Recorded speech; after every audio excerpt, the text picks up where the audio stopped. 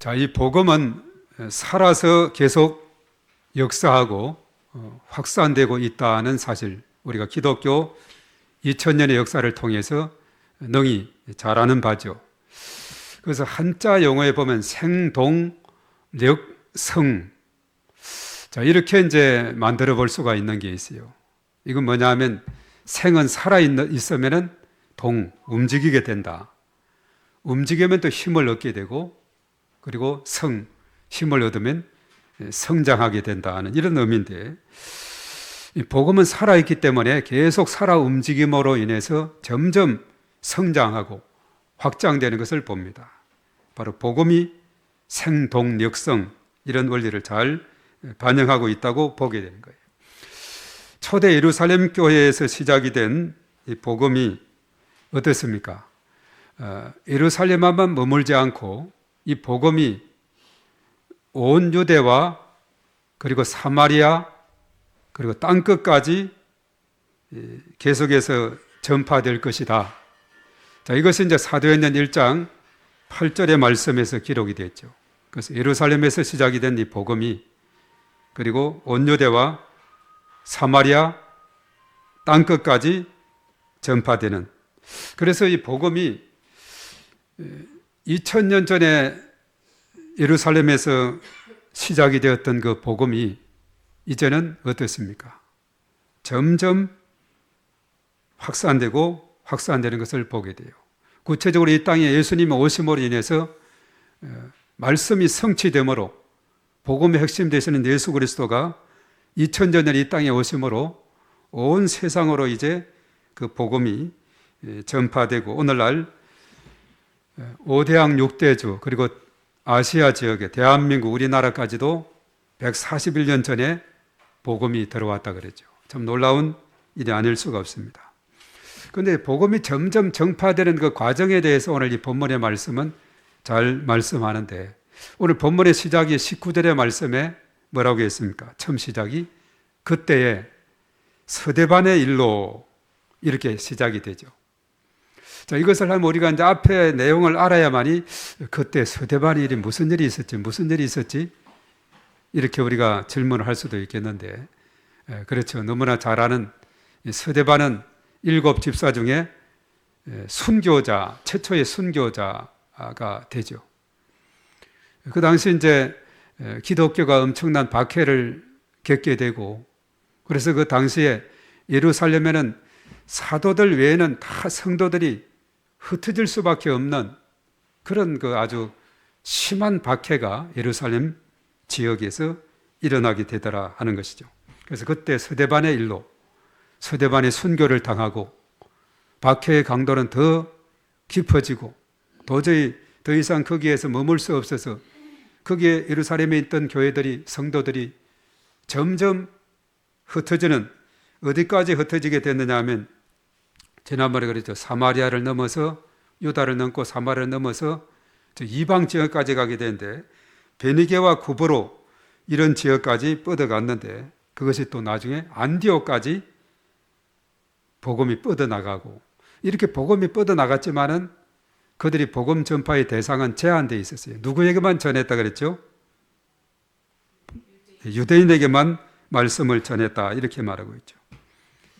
자, 그러면서 이제 복음 확장의 범위가 유대인을 넘어서 이방인까지 전파되는 이런 내용이 오늘 이 본문의 말씀에 나오고 있어요. 자, 그 이제 계기가 20절에 나오고 있죠.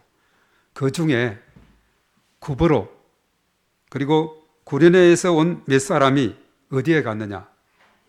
안디옥에 가게 되었어요. 거기에 가서 누구에게 전했냐면 헬라인에게 전했는데, 이 헬라인이 바로 이방인에 속하죠. 그들이 뭐라 했냐? 주 예수를 전파했다, 이렇게 말씀하죠. 자, 그 결과는 어땠을까요? 21절에 잘 우리에게 말씀하고 있는데, 헬라인들에게, 이방인들에게 복음을 전했는데 구브로에서 온 몇 사람, 구브로에서 온 사람과 그리고 또 구레네에서 온 몇 사람, 구브로는 그 키프러스 오늘날 섬 그 지역이죠. 그리고 구레네는 이집트 북단 알렉산드리아가 있는 그 지역입니다. 아프리카 북단에 있는 그 지역이었어요. 그 당시는 로마가 지중해 연안을 다 통일했기 때문에 다 로마의 통치 아래 있었고 그 구레네 지역까지도 유대인들이 가서 이주해서 살고 있었다고 보게 되는 거죠. 그래서 거기에서 왔던 그리고 사람 안디옥까지 가게 돼서 이제 이방인들에게 복음을 전했는데 그 결과는 놀랍습니다. 오늘 21절에 나오는데 한번 21절 그 결과를 한번 공개하겠습니다. 21절 다 같이 시작. 주의 손이 그들과 함께 하심에 수많은 사람들이 믿고 주께 돌아오더라. 아멘. 네. 결과는 엄청난, 요즘 말해서 대박이라 이렇게 표현을 쓰는데 정말 수많은 사람들이 믿고 주께로 돌아왔다 이렇게 말합니다.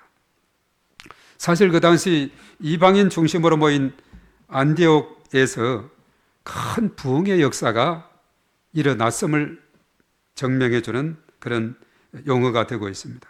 드디어 복음이 유대인의 벽을 넘어서 이방인에게까지도 확장이 되었어요. 물론 이방인들에게도 복음이 전거된 부분들이 앞에도 있어요. 사도행전 오늘 11장이 본문이지만 8장에는 사마리아 성에 누가 가서 복음을 전했죠?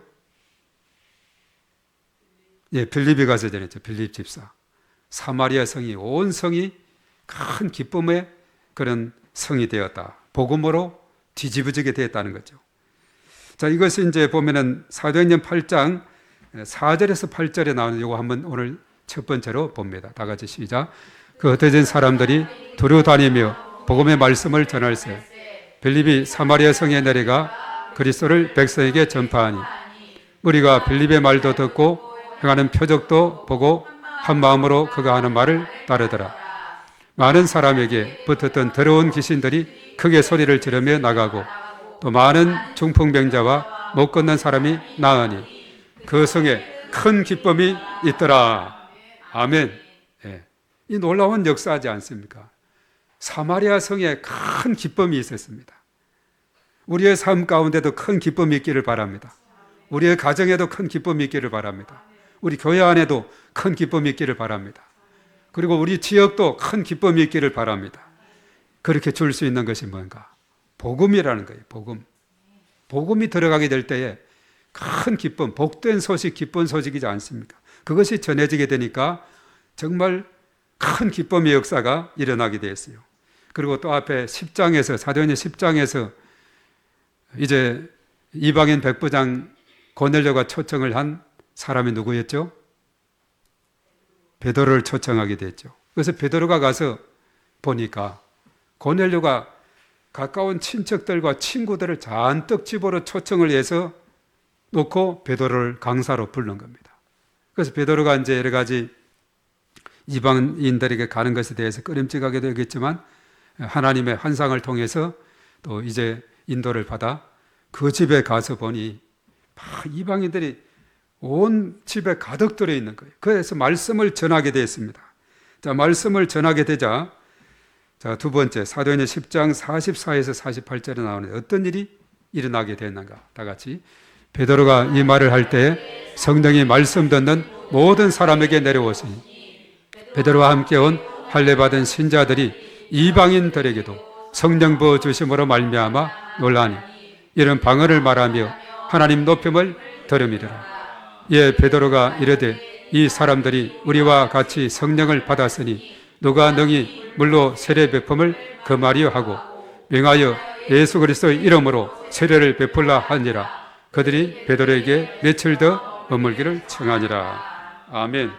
이방인들이 엄청난 이런 변화, 바로 이방인 백부장 고넬료가 일가 친척이니까 누구 계세요? 다 이방인들이죠. 그리고 또 친구들 이방인들이죠. 그 이방인들이 모였는데 그들에게도 성령이 충만하게 임하는 걸 보고 같이 베드로를 따라왔던 유대인들이 깜짝 놀라게 되는 이런 일이 생기게 됩니다. 이번에는 이제 안디옥 교회를 중심으로 복음이 이방인들로 확산돼 가는 그런 말씀이 오늘 11장에 언급이 되는 부분이 오늘 본문에서 나오게 되죠. 그래서 안디옥 교회 부흥을 보고받은 예루살렘 교회는 한 사람을 파송하게 돼요. 누구라 그랬죠? 예, 바나바를 파송하게 되죠. 바나바는 어떤 사람이냐? 오늘 24절에 잘 말해주고 있습니다. 그는 구브로 출신인데 바나바는 어떤 사람이냐? 그는 착한 사람이요 성령과 믿음이 충만한 사람이다라고 말하고 있습니다. 그래서 바나바가 안디옥에 가서 복음을 전하니 그 결과는 24절 하반절에 나오죠. 큰 무리가 주께 더해지게 되었다. 이렇게 말하죠. 그러니까 참 얼마나 강력한 역사가 일어나는지 모릅니다. 큰 무리가 주께 더해지게 되었어요. 그래서 이제 바나바는 일손이 부족해서 이제 일꾼을 찾기 위해서 생각을 했는데 떠오르는 사람이 있었어요. 누구를 떠올랐을까요? 바울. 전에 이름은 사울이었죠. 지금 사울은 어디에 있습니까? 다소, 그의 고향입니다. 오늘 특히 남부 지역에 고향에 가서 칩거하고 있는 거예요. 왜냐하면 그가 예수님을 만나고 변화를 체험했지만 다메섹에서도 예루살렘에서도 복음을 전하는데 사람들이 그냥 스스로 피하고 또 말을 잘 듣지도 않고 자꾸 이런 상황이 되고 저거 이상하다 해가지고 저렇게 박해하던 사람이 복음을 전하니까 도저히 이해를 하지 못하고 그러면서 그냥 계속 관계가 틀어지게 되고 피하게 되고 또 사람들이 무시하고 이렇게 되다 보니까 이거 안 되겠다 싶어서 이제 낙심한 가운데 고향 땅에 가서 내가 좀 쉬어야 되겠다 하는 이런 마음으로 아마 고향에 갔던 것 같아요. 그 고향에 가서 머물고 있는 바울이라는 사울을 바나바가 데리고 와서 이제 안디옥에서 1년간 열심히 함께 사역을 했는데 놀라운 증거가 생기게 되었어요. 안디옥 교회에서 비로소 새로운 칭호가 만들어지게 되는데 그게 뭐죠? 26절에 나오죠. 그리스도인이다 하는 그리스도인이라는 칭호를 얻게 됩니다. 이따간 더 살펴보도록 하겠는데요.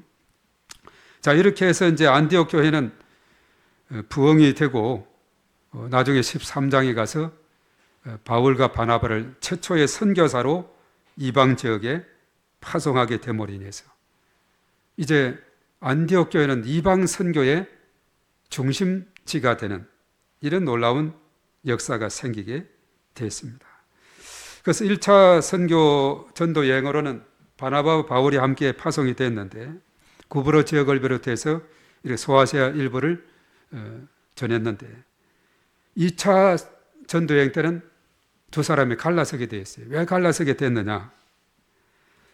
우리가 사도행전 13장 13절에 보면 마가라는 요한이 1차 전도 여행 때 밤빌리아 버가 지역에서 이탈을 해버렸어요.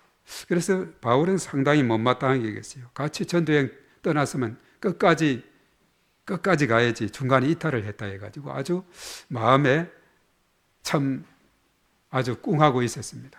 2차 전도여행 때 같이 떠나려고 이제 이야기하는 중에 바나바가 마가도 데려가자. 바울은 절대 안 된다. 왜냐? 1차 전도여행 때 이탈했지 않느냐? 데려갈 수 없다고. 그런데 서로의 주장이 아주 이게 잘 협의가 안 돼요. 협상이 잘 안 됩니다. 오늘날 미국과 이란 사이도 2차 종전 협상단이 또 파키스탄에 간다 하는데 이게 또 아침에 들어보니까 잘 순조롭게 잘 되지 않는 것 같아요. 내일 또 열린다 만다 뭐 이런 이야기가 있게 되는데 하여튼 서로의 주장이 너무나 세고 이러면은 협상이 되지 않는 겁니다. 그래서 이제 결과적으로 이것이 타협이 되지 못해서 그러면 바나바는 나의 조카 마가 데리고 별도로 가겠다 하고 구브로 지역으로 떠나게 되고 이제 바울은 또 한 사람을 선택했는데 누구를 선택했어요? 2차 전쟁 때 같이 갔던 사람이 누굽니까? 바울과 마가 요한은 바나바가 데려갔고 실라를 데려갔죠. 바울과 실라가 2차 전쟁을 이제 떠나게 되는 이런 일이 발생하게 됩니다. 우리가 사도행전을 쭉 읽으면은 15장 36절에서 41절에 또 그런 내용들이 잘 또 나와 있어요. 13장 13절에도 마가가 이탈한 내용이 나오고 있습니다. 그래서 사도행전은 계속해서 바울의 2차, 3차 로마 전도여행까지의 과정을 중심으로 기록을 하고 있습니다. 그래서 우리는 사도행전에서 찾아볼 수 있는 그 중요한 교회에 대한 두 모습을 우리가 찾자면은 뭐냐? 지난번에 말했죠. 지난 시간에 초대교회 특징을 뭐라고 말했습니까? 모이면 전도하고 흩어지면 모이면 기도하고 흩어지면 전도하자 이렇게 말했죠.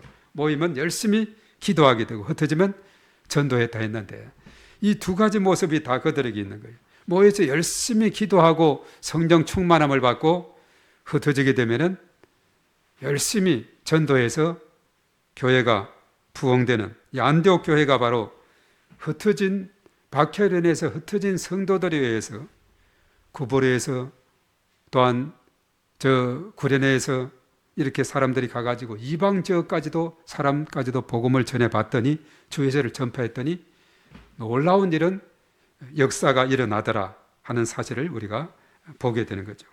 그래서 박해 속에서도 흩어짐으로 인해서 더 강력한 복음의 확장을 가져오게 됐다는 겁니다. 그래서 박해 이것은 무조건 나쁜 것으로만 볼 것이 아니라 오히려 그 위기가 기회가 된 줄로 믿습니다. 그래서 복음의 능력이 흩어진 성도들을 통해서 교회들이 세워지는 역사를 이루게 됐는데 그래서 기독교 역사를 보면은 이 고난이라는 그 이름의 포장지 속에 복음의 능력이 싹트고 있다는 사실을 우리가 발견하게 돼요. 복음과 함께 고난을 받아라 이렇게 말씀하고 있지 않습니까? 사도 바울도. 바로 이 복음과 고난은 동전의 앞뒷면과 같이 붙어서 가다라는 거죠. 그래서 이 고난의 과정 속에서 복음이 더 급속도로 초대교회는 확산이 됐어요. 그렇지 않고 예루살렘 교회가 여기가 좋사오니 편안하면 우리끼리 하면서 예루살렘에만 복음이 머물지도 모릅니다. 그래 거기에 가혹한 박해가 있으면서 복음이 흩어지게 되니까 가는 곳곳마다 사마리아, 온유대 사마리아, 그리고 베니게, 구버로, 그리고 안디옥까지 이렇게 복음이 전해지고 안디옥은 또 이방 지역의 전초기지가 되어서 복음이 유럽 지역까지 이렇게 뻗어나가게 돼요. 그 복음이 미주 지역과 남미와 아시아와 아프리카 전 5대양 6대주로 뻗어나가는 이런 놀라운 일이 생기게 됐다는 거죠. 자, 그래서 세상에서 가장 강력한 힘이 있다면 그것이 무엇일까? 오늘 이 말씀을 통해 생각해 볼 때 이 세상에서 가장 강력한 힘은 권력이나 어떤 재력이 아니라 성경은 우리에게 전혀 다른 종류의 힘을 보여주고 있는데 그것은 뭐냐? 복음의 능력이라는 겁니다. 복음의 능력이 이 세상에서 가장 강력한 힘을 지니고 있다는 거죠. 오늘 이 본문의 말씀에 서대반의 순교라는 비극적인 사건이 시작이 됐는데 겉으로 보기에는 기독교는 큰 위기에 처한 듯 보입니다. 예루살렘 교회는 박해를 받았고 성도들은 삶의 터전을 잃어버리고 흩어지게 되었어요. 하나님의 계획은 이 위기 속에서 생각나게 하는 기회를 만들어 주시더라는 사실이죠. 위기 속에서 기회가 생기는 겁니다. 자, 민들레 꽃을 가만히 보면은 꽃이 피고 이제 열매가 맺히게 되죠. 그러면 그 열매는 심한 바람에 막 휘날리고 사방에 휘날려요. 꽃씨들이 막 사방에 이렇게 바람에 의해서 휘날리죠. 그래서 어떤 사람은 비염이 약한 사람 또 눈에 들어가고 이런 사람들은 또 봄이 되면은 그 꽃가루 또 이것 때문에 또 힘들어하는 그런 분들도 있는데 그 씨가 막 바람에 휘날리게 되면 거센 그 바람이 불게 되면 사방으로 흩어짐으로 인해서 어떻습니까? 이제 흩어져서 거기에서 안착이 된 씨앗들이 또 싹을 피우게 되는 이런 일이 생기게 됩니다. 이 멀리 갈 거 없어요. 우리 앞에서도 볼 수 있고 특별히 또 채송화 우리 앞에 채송화가 여름 되면 막 이렇게 심지도 않았는데 나요. 왜 그런가 하면 전에 저기 어디서 2폭인가 사가지고 왔는데 그것이 꽃이 피가지고 자꾸 그냥 열매가 맺혀서 막 저절로 그냥 바람에 날려가지고 아주 척박한 그 세멘트 틈새에서 싹이 나고 꽃이 피는 이런 일이 앞에서 생기게 됩니다. 그래서 이런 것들이 참 많아요. 들깨도 마찬가지예요. 들깨도 나무 이렇게 보니까 그 한 나무가 있었는데 주변에 그냥 또 봄이 되니까 막 그냥 이렇게 나는 거예요. 돈나물 같은 것도 마찬가지고, 언젠가 저 산에 가가지고 그 바위에 돈나물이 아주 가늘게 있는 나무가 있더라고요. 그래서 그것을 가져와서 심어 보니까 막 이쪽 아주 무성하게 잘 자라게 되고, 또 봄이 되니까 막 이렇게 솟아나게 되는. 그래서 이렇게 어떤 씨앗이나 이런 그 뿌리들이 막 이렇게 옮겨지게 되면 거기에서 새로운 터전을 이루어 나가는 이런 모습을 보게 됩니다. 바로 이 복음의 역사를 보게 되면 편안하게 있어 온 것이 아니에요. 정말 박해와 고난의 역사 가운데서, 순교의 역사 가운데서 오늘까지 이어왔음을 보게 됩니다. 그러니까 복음은 우리에게 평안을 주고, 우리에게 마음에 기쁨을 주고, 우리에게 참 소망을 준다는 것, 참 놀라운 일이지 않습니까? 그래서 오늘 이 말씀을 통해 우리가 몇 가지 살펴볼 것은, 오늘 19에서 21절에서 이방인까지 전해진 복음의 확장이다 하는 이런 것을 오늘 이 말씀을 통해 생각하게 됩니다. 환란을 피해서 도망간 성도들이 도착했던 곳이 안디옥이다 그랬죠. 이 안디옥은 그 당시 로마 제국의 그 통치하에 다 이 지역이 지중 연안이 되어 있다 그랬죠. 3대 도시에 속했어요. 아주 큰 도시입니다. 그런데 온갖 우상과 타락이 판치는 그런 장소였어요. 그 당시에는 그 시리아, 수리아 지역의 안디옥이다 했는데, 오늘날은 터키 남부 지역의 안타키아라는 그런 지역으로, 국경이 이제 터키 영역으로 현재는 되어 있는 그런 장소입니다. 그래서 로마 시대 3대 국제적인 대도시는 뭐냐? 수도 로마하고 이집트의 알렉산드리아, 구레네 지역, 그 지역이죠. 그리고 세 번째가 바로 안디옥이라 할 정도로 이 안디옥이 아주 중요한 그런 지역에 속했습니다. 그 당시 인구가 한 50만 명, 우리 광명 인구가 한 30만 좀 넘다 그런가요? 보다도 좀 더 많은 인구였으니까 그 옛날에 대단한 일이지 않습니까? 그래서 동양의 진주라는 별명을 가졌고, 로마식 건축물과 문화시설이 많이 있는 그런 안디옥 지역이다 이렇게 말합니다. 거기에는 다민족 다문화가 있었어요. 아까 말했죠. 이방인들이 또 많이 거기에 거주하게 되었어요. 헬라인, 로마인, 유대인, 시리아인 등 다양한 민족과 인종이 막 섞여 사는 지역이 안디옥이었습니다. 오늘날 세계적으로 보면 뉴욕에 가게 되면 그야말로 다인종들이 많죠. 막 흑인들을 비롯해서 막 그냥 그 아프리카 그리고 그 멕시칸 또 남미 쪽에서 뭐 하여튼 또 우리 동양인도 있고 백인들도 있고 막 이곳이 뉴욕인데, 우리 아시아 쪽에서는 보면 싱가포르이 그 국화가 마련됐어요. 막 줄기가 이렇게 여러 가지 줄기가 하나의 꽃을 피우게 되는데, 언젠가 설명을 들어보니까 싱가포르도 다인종으로 구성이 됐는데, 토착 원주민들은 말레이계로 15%, 중국계가 75%, 인도계가 7.5% 이렇게 다양하게 인종이 구성이 되어 있는 나라가 싱가포르이다 이렇게 말하고 있어요. 당시 안디옥은 개방적인 분위기 속에서 유대인 중심의 복음이 많이 거기에 살고 있는 이방인들에게 복음이 뻗어나가는 그런 장소가 됐다는 거죠. 그래서 그것을 기점으로 해가지고 사실은 안디옥 교회가 이방 전도의 전초 기지가 되게 된 것을 봅니다. 영적으로는 어둡다 그랬죠. 여러 가지 우상이 팽배하고 또 도덕적으로 타락하고 그랬습니다. 복음의 능력이 가장 필요한 선교의 현장이 바로 안디옥이었어요. 알고 보면 거기에 놀라운 변화가 일어나고 복음화가 되다 보니까 이제는 이 안디옥 교회가 이방 선교의 중심지가 되더라는 거죠. 그래서 소아시아 유럽으로 떠나는 바울이 1차, 2차, 3차 전도 여행의 출발지이자 후원 기지가 된 곳이 안디옥이었고, 그 안디옥 교회가 바로 처음으로 그리스도인이라는 칭호를 얻게 되어서 예수께 속한 사람들의 정체성이 확립된 곳이 바로 안디옥 교회가 됐다 하는 사실이죠. 참으로 그 교회에 주의 손이 함께 하심으로 인해서 오늘 21절에 언급했던 대로 어떻습니까? 수많은 사람들이 믿고 주께로 돌아오는 이런 놀라운 일이 벌어지게 됐다 하는 사실입니다. 그래서 복음은 장벽을 뛰어넘습니다. 인종과 문화와 언어의 장벽을 허물고 생명을 살리는 것이 바로 복음의 능력인 줄로 믿습니다.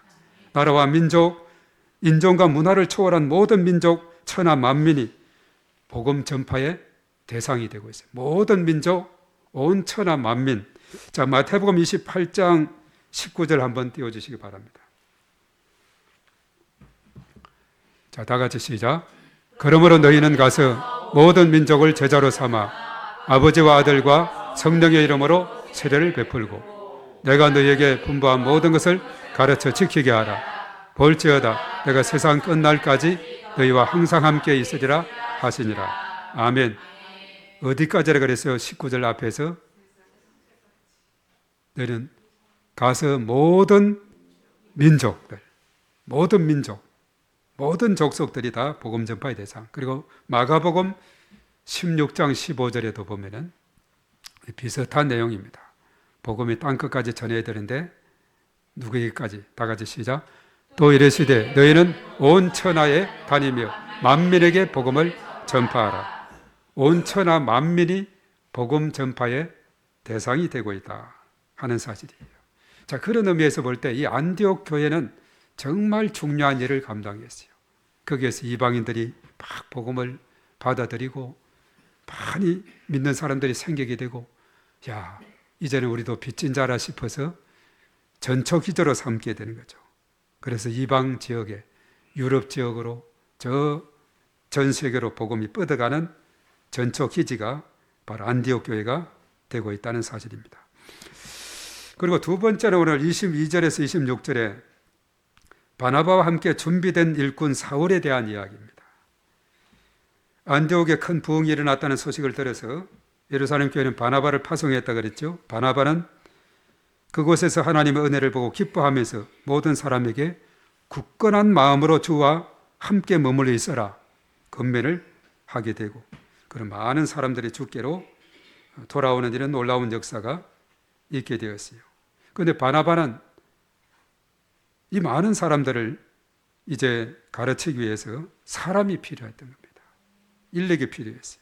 그래서 바울을 데리고 와서 열심히 함께 가르침으로 큰 부흥을 가져오게 됐다 하는 사실입니다.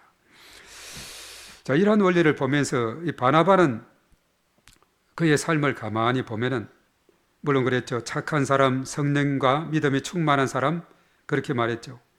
최고의 지성과 열정을 가진 사울을 그런 세워주게 될 때에 복음의 역사는 배가 하게 되었어요. 그 바울이야말로 율법에 아주 능통한 그런 사람이죠.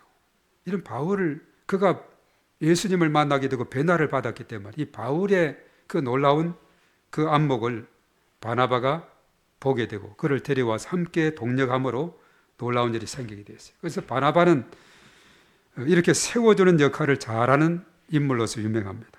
그리고 바울은 앞으로 나가서 개척하며 이방인의 사도의 역할을 넉넉히 감당하는, 이 둘이 잘 조화를 이룸으로 인해서 주의 나라가 급속도로 발전하게 되었어요. 그래서 우리 교단에도 보면은 바나바 훈련원이다 해가지고 이강천 서울신대 그 교수님이었던 목사님이 바나바 훈련원을 처음 이렇게 창설하게 되고 그것을 통해서 많은 그 바나바와 같은 그런 사역을 감당하게 된 것을 봅니다. 오늘도 계속 오늘날에도 진행이 되고 있어요. 사역자들을 재무장하고 치유에 대한 것, 성경적인 사귐의 공동체를 회복하고 일상의 영성과 성령의 사역을 감당하고 재생산하는 제자 양육을 이렇게 세워나가게 되는 것을 보게 됩니다. 그래서 이렇게 점점 심이 필요한 사람들에게 회복의 기회를 얻게 하고 또 거기에서 발전해가는 이런 모습으로 행하게 된 것을 보게 되죠. 그래서 이 바나바 사역을 통해서 많은 사람들이 힘을 얻고 또 현장에서 주의 복음을 담대하게 전가하게 되는 것을 봅니다. 그래서 결과적으로 이제 안디옥 교회가 가장 영광스러운 이름을 얻게 되는데, 그것이 바로 아까도 말했듯이 그리스도인이다 하는 그 이름입니다. 두 사람이 열심히 1년 동안 가르치자 안디옥 교회는 놀라운 변화를 가져왔고, 비로소 사람들이 그리스도인이라 부르기 시작했더라, 이렇게 말하고 있습니다. 이 그리스도인이라는 것은 아주 여러 가지 많은 이제 중요한 의미들이 담겨 있어요. 그리스도를 떠나는 헬라어 크리스토프, 뭐의 당원, 이런 그 의미가 있는데, 그래서 이것을 그대로 말하면 그리스도 당파, 그리스도의 종, 이런 의미가 거기에 담겨 있습니다. 그래서 때로는 그것이 이제 조롱과 멸시의 그런 다닐 수가 있어요. 저 그리스도쟁이다, 또 그리스도에 미쳐 있는 자다, 뭐 이렇게까지 비아냥하는 그 말이 유래되기도 하는 그런 내용이었어요. 그렇지만은 그들에게는 예수 그리스도로 가득 찬 인생을 거기에 담고 있습니다. 무엇을 해도 그리스도 때문이고, 말을 해도 그리스도 이야기뿐이고, 죽음 앞에서도 그리스도를 외치는 사람들, 그런 사람들로 인식이 되고 있죠. 그래서 그리스도의 나라는 이름은 이제 사람들의 주인이 로마 황제 가이사가 아니라, 세상의 우상이 아니라 오직 예수 그리스도라는 사실을 공포한 명칭이 되고 있다는 사실이죠. 그래서 참 중요한 그런 획기적인 영향을 가져오게 됐다는 것입니다. 그래서 당시 그리스도인의 명칭은 조롱 섞인 별명일 수도 있지만은 바로 예수쟁이, 예수에 미친 사람, 온통 그리스도 예수만 이야기하는 사람들, 이렇게 하지만은, 그러나 복음이 그들의 삶을 완전히 장악했다는 최고의 증거가 되는 그 증거가 바로 그리스도인이라는 겁니다. 이 세상에서 최고의 명예로운 이름이 있다면 그것은 그리스도인이라는 이름인 줄로 믿습니다. 왜냐하면 그리스도인에게 주어지는 특권과 축복이 너무나도 크기 때문에 그래요. 내가 그리스도인이 되었다는 것은 특권 중에 특권이고 축복 중에 축복인 줄로 믿습니다. 내가 그리스도인이 되었다, 이것은 뭐냐? 내가 하나님의 자녀가 된 것을 증거하고 있죠. 요한복음 1장 15절에 영접하는 자, 곧 그 이름을 믿는 자들에게 하나님의 자녀가 되게 하셨어요. 그리고 또한 하나님의 자녀가 됐으면 하나님 아버지에게 기도해서 응답받을 특권이 주어지게 됐죠. 그리고 성령께서 동행하시고 인도하시고 사단을 물리치는 특권이 있고 천사의 도움을 받는 특권이 있어요. 기도할 때 천사가 동원해서 도와주고, 무엇보다도 복음 전파의 특권을 가져서 복음으로 세계를 정복하고 다스리고 회복하는 역사가 있게 되는 거예요. 내가 그리스도인이 됐다는 것이 얼마나 놀라운 축복인지 모릅니다. 그래서 사실은 온 세계, 온 만민, 이것은 바로 하나님의 관심이에요. 하나님께서는 모든 사람들이 구원받기를 원하시고 계십니다. 우리 디모데전서 2장 4절을 보도록 하겠습니다. 디모데전서 2장 4절 다 같이 시작. 하나님은 모든 사람이 구원을 받으며 진리를 아는 데 이르기를 원하시느니라. 아멘.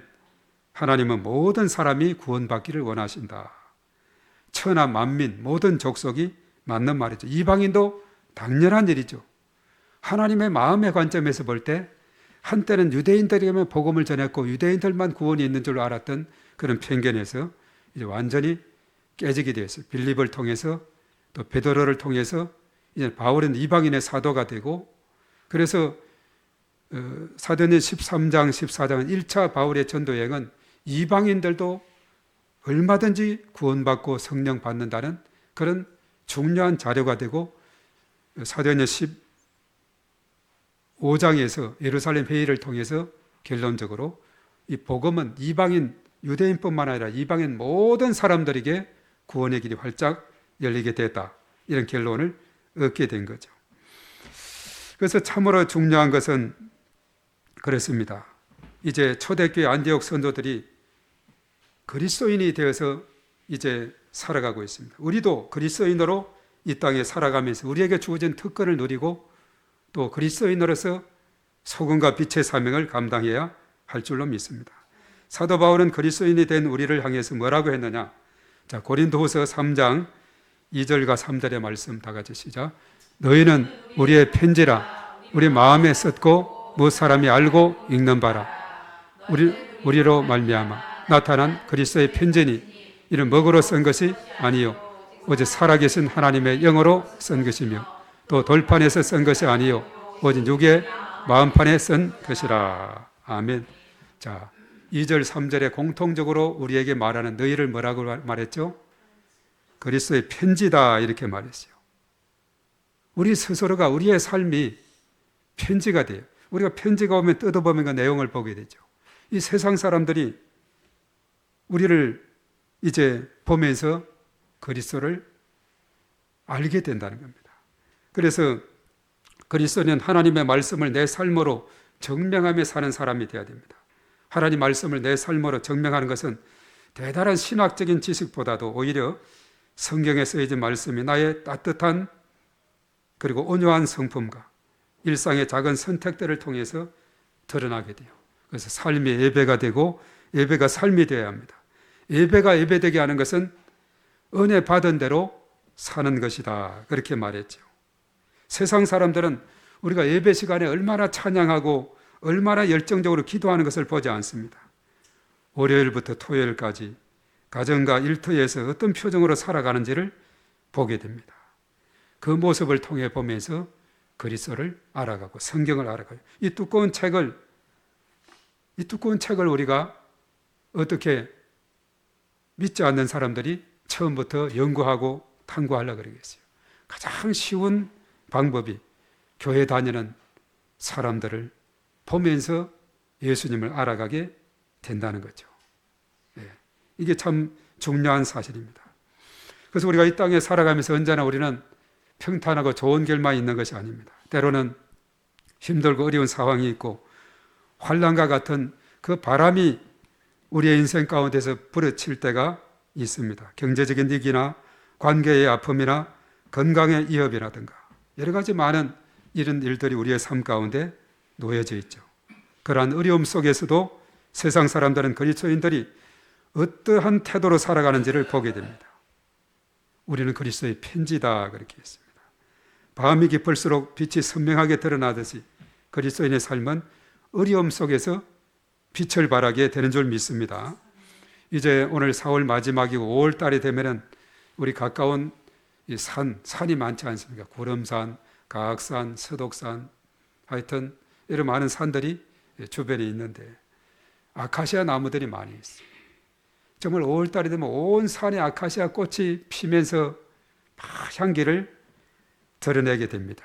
얼마 전에 라일락 꽃이 진한 향기를 하고 이제 거의 다 져가고 있고 또 그 전에 벚꽃이 많이 피었었고 하여튼 봄이 되면 꽃들이 많이 있는데 특별히 아카시아 꽃은 꿀을 제공도 해주고 그리고 향기가 온 이 지역을 진동하는 것처럼 우리의 삶이 때로는 어려움 속에서도 드러나는 그리스도의 향기가 세상을 감동시키는 작은 편지들이 될 줄로 믿습니다. 요즘 청년 다니엘 기도에 각자 교회 못 오시는 분은 집에서 보고 있죠. 첫날에 김성민 바로 보육원 출신이더라고요. 보육원 출신. 정말 그 여러 가지 열악한 환경과 어려움 속에서 욕이 아니면 말이 되지 않고 폭력적이고 정말 구타가 심하고 교사나 선배로부터 그렇게 자라오면서 했던 그 사람이 예수님을 알고 믿음을 통해서 변화를 받고 이제는 나 자신만이 아니라 정말 자립 사람을 만들기 위해서 그렇게 애쓰고 노력하는 그러면서 수많은 사학가를 만나고 또 국회의원도 만나고 대통령까지 만났다 그러죠. 그러면서 많은 법을 바꾸어서 그들의 편의를 제공해주고 이런 감동적인 이야기예요. 자기 혼자도 살아가기 힘든 그런 가운데 있는 사람이 많은 그 사람들이 영향을 끼치는 어제 저녁 같은 경우는 배우 남보라 배우에 대한 이야기죠. 그 순수한 그 믿음이 그를 또 훌륭한 배우로서 살아가게 하고 특별한 그런 교육도 안 받았는데 그 집이 다자녀인가 11명의 자녀인가 그것이 방영에 나가지고 자꾸 이렇게 초청이 되고 계기가 돼서 배우가 되는데 처음에는 훈련이 제대로 안 되다 보니까 얼마나 아주 그냥 참 어려움을 많이 겪고 했지만은, 그러면서 새벽 기도 나가서 막 기도하고, 주일날 말씀은 한 구절이라도 그것을 붙잡고 버텨나가고, 이렇게 하면서 점점 그가 성숙해 간 그 모습. 그 배우는 어제 한 걸어서 끝내고 유튜브는 보내지 말라고 부탁을 해서 더 이상 볼 수 없는 그런 가운데 있는데요. 정말 한 말씀이라도, 이 주일날 말씀의 한 구절이라도 그것을 붙잡고 나아가면 이것이 성령의 길이 될 줄로 믿습니다. 우리 교회는 아주 우리 전소영 집사님이 잘 말씀을 요약해서 이 말씀 중에 한 친절하게 이렇게 안내를 주보에 나와 있지 않습니까? 제대로 놓친 분들은, 다 듣지 못한 분들은, 또 잊어버린 분들은 한 구절이라도 잡으세요. 그것이 바로 우리의 인생에 놀라운 변화를 가져오고 신앙의 역전을 가져오는 그런 신앙이 될 줄로 믿습니다. 오늘 저녁에는 김민준 또 귀한 또 메시지가 마지막으로 준비되어 있어요. 정말 시간 이 시대에 뭐 청년뿐만 아니라 모든 세대를 초월해서 필요한 그런 말씀들이 되고 있어요. 그래서 이 말씀을 들을 때 각자 자기의 수준에서 들으라 그랬지 않습니까? 자기의 수준에서 이렇게 들으면서 얼마든지 그것을 나에게 적용하면 그것이 큰 은혜가 될 줄로 믿습니다. 어린아이들도 마찬가지, 청소년이고 청년, 장년 누구나 할 것 없이 다 나름대로 자기 입장에서 다 그것을 들어보면 은혜가 되고 오늘 이 시대의 상황을 우리 읽어나가는 좋은 자료가 될 줄로 믿습니다. 자, 믿지 않는 사람들은 우리의 모습을 보면서 자신들의 롤 모델로 생각하며 교회에 대한 관심과 그리스도인이 되고 싶은 마음을 가지게 되는 것입니다. 이것이 바로 생활전도, 삶을 통한 전도인 셈이죠. 쉽지는 않은 일이지만 부단히 그리스도인들은 믿지 않는 사람들에게 본이 되어야 합니다. 그들에게 감동이 되어야 됩니다. 그리스도의 편지로서 감동을 주어야 됩니다. 주께로 이끄시는 강력한 힘이 거기에 있습니다. 다른 수고를 하지 않아도 갈망함으로 붙여주시고 지금도 끊임없이 하나님은 일하고 계시는 줄로 믿습니다. 그래서 복음의 능력은 흩어진 곳에서 새로운 교회를 세우고 전혀 어울리지 않는 것 같은 사람들을 동력시켜 세상을 변화시키는 놀라운 능력이 있습니다. 오늘 안디옥 교회가 바나바와 바울의 헌신을 통해서 그리스도인이라는 영광스러운 이름을 얻었듯이 우리의 삶의 자리에서 말씀에 붙들려 사십시다. 주의 손이 함께하는 인생, 하나님의 은혜를 보고 기뻐하는 성도, 세상에서 참 그리스도인이라 불리는 우리 모두가 되기를 주님의 이름으로 축복합니다. 자, 오늘 이 시간 우리 다 같이 함께 기도하기 전에 또 우리 찬양으로 많은 사람들 찬양을 합니다.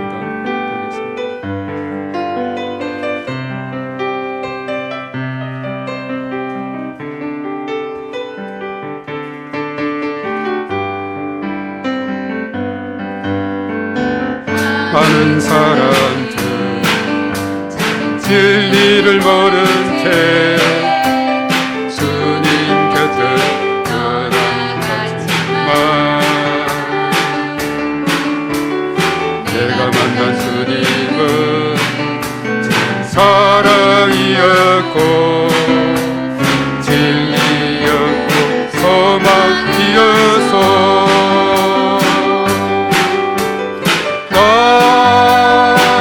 예수가 좋다고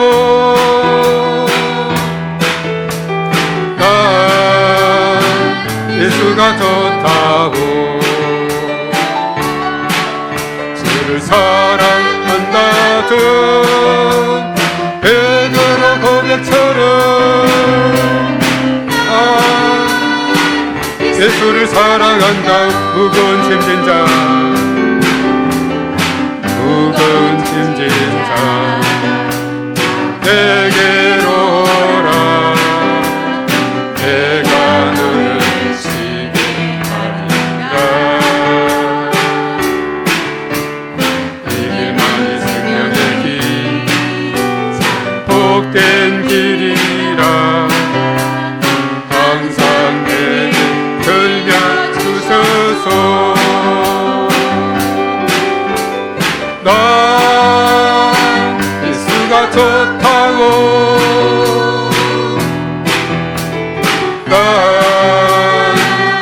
예수가 좋다고 주를 사랑한다던 베드로 고백처럼 나 예수를 사랑한다고 그대가 만일 행복을 찾거든 예수님을 만나보세요. 그분으로 인하여 참 평안을 얻으며 나와 같이 고백할 거요. 난 예수가 좋다고 난 예수가 좋다고 주를 사랑한다던 베드로 고백처럼 난 예수를 사랑한다고. 아멘. 그렇습니다. 많은 사람들이 참된 죄를 모르는 채 이 땅에 살아가고 있습니다. 예수님을 믿게 되면 예수님이 정말 좋으신 분, 예수님을 사랑하게 되면 난 예수님을 사랑한다고 얼마든지 고백하게 됩니다. 우리 주여 삼창하고 간절히 기도합니다. 주여 주여 주여. 사랑이 많으신 하나님 아버지, 하나님의 그 크신 사랑을 인해서 감사와 찬송을 드립니다. 오늘 사도행전 말씀을 통해서 고난과 흩어짐 속에서 박해 속에서 꽃을 피우는 복음의 능력을 깨닫게 하시니 감사를 드립니다. 서대만의 순교라는 그 아픔 속에서 박해 속에서도 안디옥의 교회를 세우시고 이름 모를 성도들의 발걸음을 통해 이방 땅에 생명의 빛을 비추신 하나님의 놀라운 섭리를 찬양합니다. 저희에게 경계를 넘어서 참으로 이제 이방인 뜰까지 복음을 전하는 그런 용기를 주시옵소서. 안디옥 교회 성도들이 유대인의 담당을 넘어 이방인에게까지 주 예수를 전파했던 것처럼 우리도 편견과 두려움의 벽을 허물게 하옵소서. 내가 편한 곳에만 머무는 신앙이 아니라 주의 손이 이끄시는 곳이라면 어디든 복음의 씨앗을 심는 민들레 홀씨와 같고 또한 최성화 씨와 같은 인생이 되게 하여 주시옵소서. 또한 바나바와 같은 이루와 세우심의 마음을 허락해 주시옵소서. 나의 유익과 이름을 드러내기보다 하나님 나라를 위해서 숨겨진 일꾼 사울을 찾아가 손을 내밀었던 바나바의 겸손을 배우기를 원합니다. 우리 교회가 서로를 격려하고 서로의 은사를 귀히 여기며 함께 동력할 때 갑절의 부흥의 역사를 경험하는 공동체가 되게 해주실 줄로 믿습니다. 바나바와 함께 준비된 일꾼 바울처럼 되어서 합력하여서 선을 이룩하는 주의 놀라운 은총으로 인도하여 주시옵소서. 또한 세상에서 참 그리스도인이라고 더 칭호를 받는 그런 복된 삶이 되게 하여 주시옵소서. 입술의 고백에만 머무는 신앙이 아니라 우리의 인격과 삶에서 예수 그리스도의 향기가 묻어나기를 소망합니다. 저 사람은 정말 예수님께 속한 사람이구나 하는 고백이 우리 이웃의 입술을 통해 터져나오게 하시고 우리의 변화된 삶이 곧 복음의 증거가 되게 하여 주심으로 그리스도의 편지로서 그리스도의 연계를 바라는 저희 모두가 되게 하여 주시옵소서. 지금 이 시간 내 삶에 불어오는 고난의 바람이 있다 할지라도 두려워하지 않기를 결단합니다. 이 바람이 나를 더 넓게 넓은 사명의 자리로 인도해 주실 것을 믿습니다. 그러므로 하나님의 축복의 통로요 도구가 되는 그런 길이 될 줄로 믿습니다. 주의 손이 함께 하시는 인생이 되어서 가는 곳곳마다 생명을 살리고 교회를 세우는 그 기쁨을 우리가 마음껏 누리는 저희 모두가 되게 하여 주시옵소서. 그래서 주의 복음이 모든 민족에게 땅끝에게 모든 사람들에게 전파되기까지 부단히 중보하며 기도하며 우리가 참으로 세계 복음화, 민족 복음화, 지역 복음화를 위해서 애쓰는 저희 모두가 되게 하여 주시옵소서. 오 주님을 찬양합니다. 주여 역사해 주시옵소서. 복음의 능력이 나를 통해서 나타나게 도와 주시옵소서. 삶의 현장에서 일어나게 도와 주시옵소서. 수많은 영혼들이 주께로 참으로 돌아오는 놀라운 역사가 일어나게 도와 주시옵소서. 주님 믿습니다. 주님 역사하여 주시옵소서. 주여 믿음 도와주시옵소서. 존귀하신 하나님 아버지, 감사합니다. 주의 복음이 이방인들까지 땅끝까지 전파되는 귀한 역사가 일어나게 도와 주시옵소서. 이를 위해서 헌신하는 바나바와 바울같이 참으로 합력해서 헌신하게 될 때에 교회가 든든히 서는 귀한 역사가 일어나게 됨을 믿습니다. 그러므로 인해서 그들에게 그리스도인이라 하는 이런 칭호를 얻게 되었습니다. 세상 사람들이 그것을 그렇게 생각하게 되었습니다. 우리의 삶을 통해서 우리의 그리스도의 편지로서 살아가는 우리의 복된 삶이 됨으로 인해서 참으로 세상 사람들을 감동시키고 세상 사람들에게 예수 그리스도의 복음을 전하는 저희 모두가 되게 하여 주시옵소서. 이제는 우리의 길과 진리와 생명과 부활이신 주 예수 그리스도의 은혜와 하나님 아버지의 그 놀라우신 사랑하심과 성령님의 교통하심이 오늘 이 시간 참여한 우리 모두의와 우리의 가정과 자녀 생활, 직장, 사업장, 일터와 몸된 교회와 이 나라 민족과 열방위에 영원토록 함께 하시옵기만을 간절히 축원하옵나이다. 아멘.